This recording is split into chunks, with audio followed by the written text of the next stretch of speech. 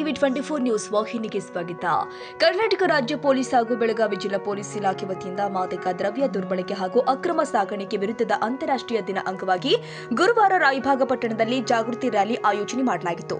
ರ್ಯಾಲಿಯಲ್ಲಿ ಯುವ ಜನರನ್ನ ಉಳಿಸೋಣ, ಸಮಾಜವನ್ನ ಸುರಕ್ಷಿತಗೊಳಿಸೋಣ ಎಂಬ ಘೋಷಣೆಯೊಂದಿಗೆ ಸಾರ್ವಜನಿಕರಲ್ಲಿ ಮಾದಕ ದ್ರವ್ಯ ಸೇವನೆಯ ದುಷ್ಪರಿಣಾಮಗಳ ಕುರಿತು ಅರಿವು ಮೂಡಿಸಲಾಗಿದೆ. ವಿದ್ಯಾರ್ಥಿಗಳು ಹಾಗೂ ಅಧಿಕಾರಿಗಳು ನಗರದ ಪ್ರಮುಖ ರಸ್ತೆಗಳಲ್ಲಿ ಮೆರವಣಿಗೆ ಮಾಡಿ ಮಾದಕ ದ್ರವ್ಯಗಳ ವಿರುದ್ಧ ಜಾಗೃತಿ ಮೂಡಿಸುವ ಸಂದೇಶ ಸಾರಿದ್ದಾರೆ.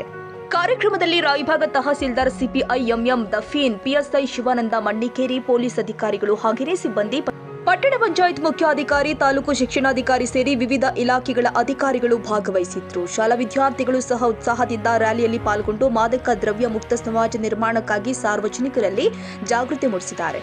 ಕಾರ್ಯಕ್ರಮದ ಮೂಲಕ ಯುವಕರು ಮಾದಕ ವ್ಯಸನದಿಂದ ದೂರವಿದ್ದು ಆರೋಗ್ಯಕರ ಹಾಗೂ ಸುರಕ್ಷಿತ ಸಮಾಜ ನಿರ್ಮಾಣಕ್ಕೆ ಕೈಜೋಡಿಸುವಂತೆ ಕರೆ ಕೊಡಲಾಗಿದೆ.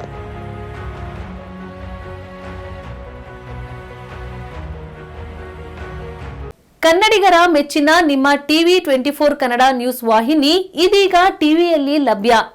ಕರ್ನಾಟಕ ಮತ್ತು ದೇಶ ವಿದೇಶದ 360 ಡಿಗ್ರಿ ಸುದ್ದಿ ಹಾಗೂ ಉತ್ತರ ಕರ್ನಾಟಕ, ಬೆಳಗಾವಿ, ಬಾಗಲಕೋಟೆ, ಧಾರವಾಡ, ಹಾವೇರಿ, ಗದಗ, ಬಿಜಾಪುರ ಜಿಲ್ಲೆಯ ಕ್ಷಣ ಕ್ಷಣದ ವಿವರವನ್ನ ಪಡೆಯುವುದಕ್ಕೆ ಟಿವಿ 24 ಕನ್ನಡ ನ್ಯೂಸ್ ವಾಹಿನಿಯನ್ನ ಲೈಕ್ ಮಾಡಿ, ವಿಡಿಯೋಗಳನ್ನ ಶೇರ್ ಮಾಡಿ, ಕಮೆಂಟ್ ಮಾಡುವ ಮೂಲಕ ನಮ್ಮ ವಾಹಿನಿಗೆ ಸಹಕಾರ ನೀಡಿ ಮತ್ತು ಚಾನೆಲ್ ಅನ್ನ ಸಬ್ಸ್ಕ್ರೈಬ್ ಮಾಡಿ. Thank you.